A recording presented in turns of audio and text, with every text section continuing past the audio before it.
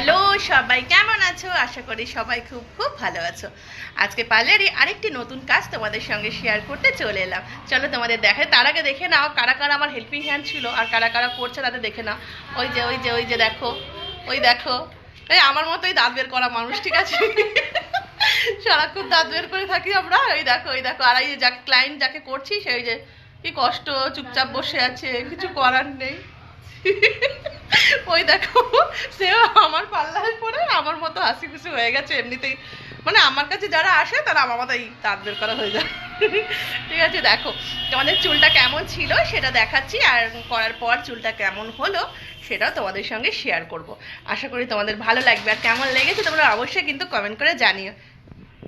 এই দেখো চুলের কোয়ালিটিটা কেমন ছিল আর কিভাবে কাজ হয়েছে সেটা তোমরা দেখতেই পারবে।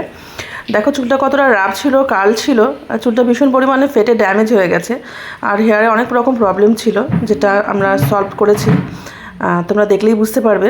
আর তোমরা তো জানোই, সকলে জানো যে কীভাবে, এই যে তোমাদের একটু দেখাই, করার আগে কত রকম ফটোশ্যুট হচ্ছে, এভাবে ওভাবে, ও সেরকম আমাদের সঙ্গে।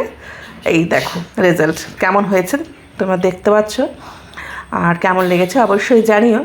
আর এইবার বিশাল খুশি হয়ে গেছে, এত সুন্দর চুল হয়ে গেছে ক্লায়েন্ট তো নানান রকম পোজে সব ছবি টবি তুলছে, তোমরা দেখতেই হবে। আমি তোমাদের ফার্স্টে দেখিয়ে দিই চুলের রেজাল্টটা। দেখো একদম শাইনি হয়ে গেছে, আগের চুলটা তোমরা দেখেছো, আর এটা দেখে তোমরা বুঝতেই পারছো কতটা ভালো রেজাল্ট হয়েছে। এবার চলছে আমাদের একদম ক্লায়েন্ট আমার মডেল হয়ে গেছে, নানান রকম স্টেপ দিচ্ছে, ফটোশ্যুট হচ্ছে। দেখো এবার দেখো আগের চুলটা আর পরের চুলটা পরপর কীভাবে করেছিলাম সেটা তোমাদের দেখিয়ে দিলাম।